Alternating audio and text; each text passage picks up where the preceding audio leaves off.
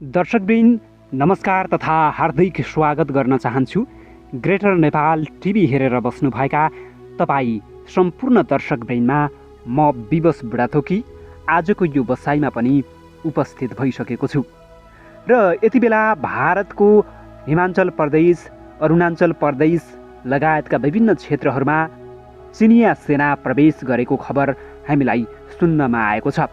काश्मीरमा पनि चिनिया सेना प्रवेश गरेको जानकारी हामीलाई प्राप्त भएको छ। तर भारतीय न्युज च्यानलहरूले यति बेला ती समाचारहरूलाई किन प्रसारण गरिरहेका छैनन् त? नेपालको बारेमा अथवा आफ्ना छिमेकी देशको बारेमा सानो कुराको सुइकोसम्म पाउँदाखेरि पनि ती च्यानलहरूले दिललाई पहाड बनाएर प्रसारण गर्ने ती न्युज च्यानलहरूले हिजो आज चिनिया सेना भारतमै प्रवेश गर्दाखेरि पनि त्यो न्युज प्रसारण गर्न सकिराखेका छैनन्, सम्प्रेषण गर्न सकिराखेका छैनन्। यसरी लुकाउँछन् भारतीयहरूले आफ्नो देशमा अलिकति केही कमजोरी भयो भने त्यो न्युजलाई यसरी लुकाउँछन्। तर अरूको देशको बारेमा, जस्तै उदाहरणको लागि नेपालको बारेमा, नेपालमा अलिकति चाइनाले सहयोग गर्यो भने पनि, चाइनाबाट केही टोलीहरू नेपालमा प्रवेश गर्यो भने पनि तिनीहरूले के भन्छन् भन्दाखेरि नेपाल अब चाइनाको गुलाम बन्न लाग्यो, अब चाइनाले नेपाललाई गुलाम बनाएर छोड्ने भयो, अथवा नेपाल चाइनाको चम्चा हो, सानोतिनो कुरा पनि चाइनासँग गर्छ, चाइनालाई कुरा लगाउँछ भन्ने खालका न्युजहरू सम्प्रेषण गरिहाल्छन्। ठुला बडा भनाउँदा ती मिडियाहरूले पनि सम्प्रेषण गरिहाल्छन् यस्ता झुट समाचारहरू। त्यसै गरी गत वर्ष मात्रै चीनबाट नेपालमा रेल आउने हल्ला एकदमै चलेको थियो। त्यो हुन त अहिले पनि प्रोसेसमै छ। यो कोभिडको कारणले गर्दाखेरि पनि कामहरूमा केही सुस्त भएको होला। तर चाइनाबाट रेल नेपाल आउँदाखेरि भारतलाई के आपत्ति भयो त? तर भारतीय च्यानलहरूले गत वर्षसम्म के प्रसारण गर्थे भने अब चाइनाले पुरै नेपाल कब्जा गर्न थालिसक्यो, त्यसको उदाहरण हो चाइनाबाट नेपाल रेल आउनु। र नेपालमा चाइनाले आफ्नो सेनाहरू, आफ्ना सेनाका हतियारहरू रेल मार्फत नेपालमा पठाउँदैछ, नेपालमा तैनाथ गर्दैछ र अब नेपाल तिब्बत जस्तै चाइनाले कब्जा गर्छ। यसको लागि हामी भारतीयहरू अहिले नै बोल्नुपर्छ भनेर अफवाह फैलाउने गर्दथे।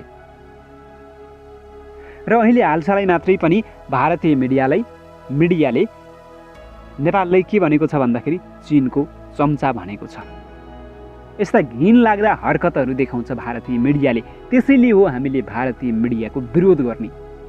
अनि हामीले चाहिँ तिनीहरूले झुट समाचार सम्प्रेषण गर्दाखेरि यहाँबाट जवाफ दिन्छ। त्यो जवाफ दिँदाखेरि हामी भारत विरोधी। तर चीनले हामीलाई कहिले पनि त्यस्ता गलत खालका अफवाहहरू फैलाएको छैन नि। चीनको मिडियाले नेपालको बारेमा गलत न्युजहरू कहिले पनि सम्प्रेषण गरेको छैन। अनि हामीले चीनलाई कसरी जवाफ दिने त? त्यतिकै हामीले न्यु खोज्ने चीनसँग। त्यसैले सबैभन्दा पहिले भारतीय जनताहरूले, भारत सरकारले, भारतीय मिडियाहरूले यो सोच्नुपर्छ कि किन नेपालीहरू भारत विरोधी भए भन्ने कुराको एकपटक आफैले मनन गर्नुपर्छ। त्यसपछि सत्य तथ्य न्युजहरू सम्प्रेषण गर, हाम्रो बारेमा राम्रो कुरा गर, हाम्रो माग जुन हो लिपुलेक लिम्पियाधुरा त्यसलाई फिर्ता गर। त्यसपछि टिस्टादेखि सतलजसम्म, हिमालयदेखि गङ्गा नदीसम्मको त्यो समस्त भूभाग पनि हाम्रै हो। सन् 1950 को सन्धिले सुगौली सन्धिलाई नै रद्द गरिसकेको छ। सुगौली सन्धिलाई रद्द गरिसकेपछि ती भूभागहरू हाम्रो भयो कि भएन? यसतर्फ पनि भारतीय मिडियाले सोचेर बोल्ने हो भने अवश्य पनि नेपाल र भारतको सम्बन्ध सुध्रिन 2 मिनेट लाउँदैन। तर भारतीय मिडियाहरूले त्यहाँसम्म सोच्ने क्षमता राख्दैनन्। उनीहरूले कसरी नेपालको खेदो खन्ने, नेपालीहरूलाई कसरी गिराउने त्यस्ता न्युजहरू सम्प्रेषण गर्छन् जो ठुला मिडिया भनेर आफूलाई दम्भ गर्छन्। अनि त्यस्ताको हामीले विरोध नगर्ने? सारा भारतीयहरूको विरोध गरेका छैनौँ। जसले नेपालको बारेमा अफवाह फैलाउँछ त्यसको बारेमा हामीले चाहिँ घोर विरोध गर्छौँ। किनकि अन्यायको विरुद्धमा हामी लडी नै रहन्छौँ, हामी वीर गोर्खालीका सन्तान हौँ, कसैले नराम्रो कुरा नराम्रो सन्देश हाम्रो बारेमा फैलाउँछ भने हामी चुपचाप सहेर बस्नेवाला पनि छैनौँ।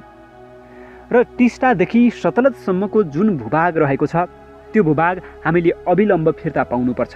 अहिलेसम्म हाम्रो शासन पद्धति कमजोर भयो, हामी आर्थिक रूपमा सबल हुन सकेनौँ।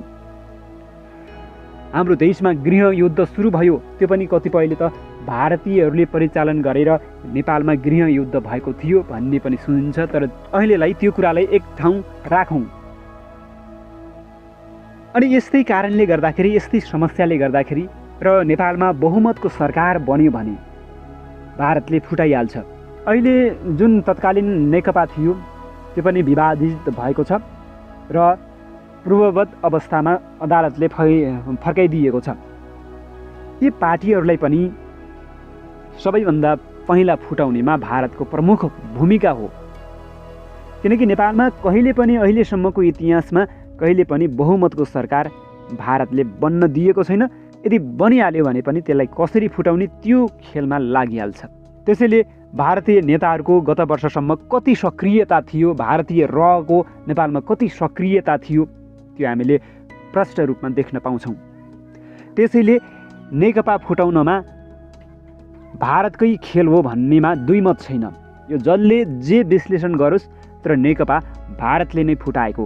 किनकि नेपालमा 2/3 बहुमत भइराख्यो भने अहिले ग्रेटर नेपालको मुद्दा नउठ्ला, अर्को साल नउठ्ला, अथवा यो 5 वर्षको अवधिमा नउठ्ला, तर 10, 15, 20सम्म त अवश्य पनि एक न एक राष्ट्रभक्ति सपूत अथवा वीर गोर्खालीको सन्तान प्रधानमन्त्री बन्यो भने उसले त उठाइहाल्छ नि।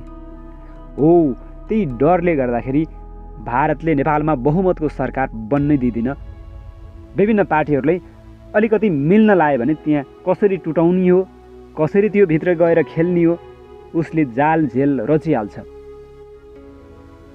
र भारतले रचेको जाल झेलमा फस्ने हाम्रा नेपाली राजनीतिक दलका नेता भनाउँदाहरू, भारतीय दलालहरू पनि पैसामा बिक्नेवाला भए। त्यसैले अब यस्ता राजनीतिक दलहरूको पनि नेपालमा हुनुको अर्थ छैन। जसले 50औं वर्षसम्म देशलाई गरिबीको रेखामुनि बसाले, तिनीहरूलाई हामीले किन पटक पटक सपोर्ट गरिरहने? सबैलाई हामीले चाखिसक्यौँ नि, सबैको काम कार्यनीतिहरू सबै हेरिसक्यौँ नि। चुनावमा कस्ता घोषणाहरू गरेका थिए र अहिले व्यवहारमा कस्तो देखाए? हामीले नेपाली कङ्ग्रेस हेऱ्यौँ, नेकपा एमाले हेऱ्यौँ, नेकपा माओवादी केन्द्र हेऱ्यौँ, मधेसवादी पार्टीहरू हेऱ्यौँ। सबै आफ्नो सत्ता स्वार्थको लागि मात्रै त काम गरे। यो देशको लागि कसैले काम गर्यो? टिस्टादेखि सतलजसम्मको भूभाग हाम्रो हो भन्नेसम्म हिम्मत पनि कसैले गर्न सक्यो? माग्ने कुरा त परै जाओस्। नेपालमा भाषण गर्दाखेरि पनि कहिलेकाहीँ राम जन्मभूमिको बारेमा पनि विवाद हुन्छ र गत वर्ष प्रधानमन्त्रीले राम नेपालमै जन्मिएका हुन् भन्ने कुरा मात्र के गरेका थिए? नेपाली कङ्ग्रेस, नेकपा एमाले भित्रकै केही पङ्क्ति, त्यसै गरी माओवादी केन्द्रका नेताहरूले खुलेर विरोध गरेका थिए प्रधानमन्त्रीको।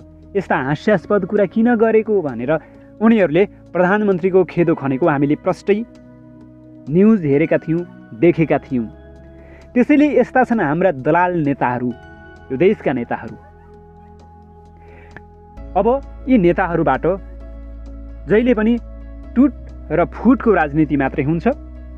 यो देशको विकास कहिले पनि हुँदैन। यो देशले अग्रगामी छलाङ कहिले पनि मार्न सक्दैन।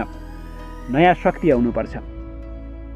नयाँ राजनीतिक शक्ति आयो भने मात्रै यो देशको प्रगति हुन्छ। जो भित्र भारतले कहिले पनि खेल्नै नसकोस् हो त्यस्तो पार्टी नेपालमा चाहिएको छ अहिलेको अवस्थामा। र हामीले चीनसँग बेत्राउती सन्धि पनि गरेका छौँ र चीनले पनि पटक पटक भनेको छ यदि नेपाललाई केही भइहाल्यो भने हामीले बेत्राउती सन्धि फर्काएर भए पनि नेपाललाई सपोर्ट गर्छौँ। एउटा असल छिमेकीले भनेको कुरा हो, तर उसले नेपाललाई सहयोग गर्छौँ भनिरहँदाखेरि कतिपय साथीहरूले भन्नुहुन्छ त्यो भनेको चीनले नेपाललाई कब्जा गर्न खोजेको खेल हो, यो नेपालीले बुझ्नुपर्छ भनेर भन्नुहुन्छ। तर चीनले अथवा कुनै पनि छिमेकी देशले सहयोग गर्छु भन्दैमा पुरै देशलाई कब्जा गर्छ भनेर शङ्का गर्नु चाहिँ एउटा हास्यास्पद कुरा पनि हो। कब्जा गर्न कसरी दिने र कसरी नदिने भन्ने कुरा हामी नेपालीहरूको हातमा हुन्छ। कुन कुन कुरामा सहयोग गर्न आएको मित्र राष्ट्रका सेनाहरूलाई अधिकार दिने र कहाँसम्म अधिकार नदिने भन्ने कुरा हाम्रै हातमा हुन्छ। त्यसैले डराउनु पर्दैन। परिआएको खण्डमा हामीले भारतसँग युद्ध लड्नै पर्छ। आज लड्दैनौँ, भोलि लड्दैनौँ, तर पर्सि अवश्य पनि लड्नुपर्छ। किनकि हामीले ग्रेटर नेपाल मागिराखेका छौँ।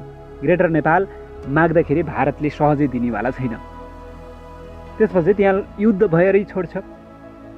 एउटा कालापानीको मुद्दामा त उसले अनेक थरी प्रपञ्चहरू रचिरहेको छ भने त्यत्रो भूभाग माग्दाखेरि त्यसले युद्ध नै खोज्छ, नेपाल कमजोर छ भनेर।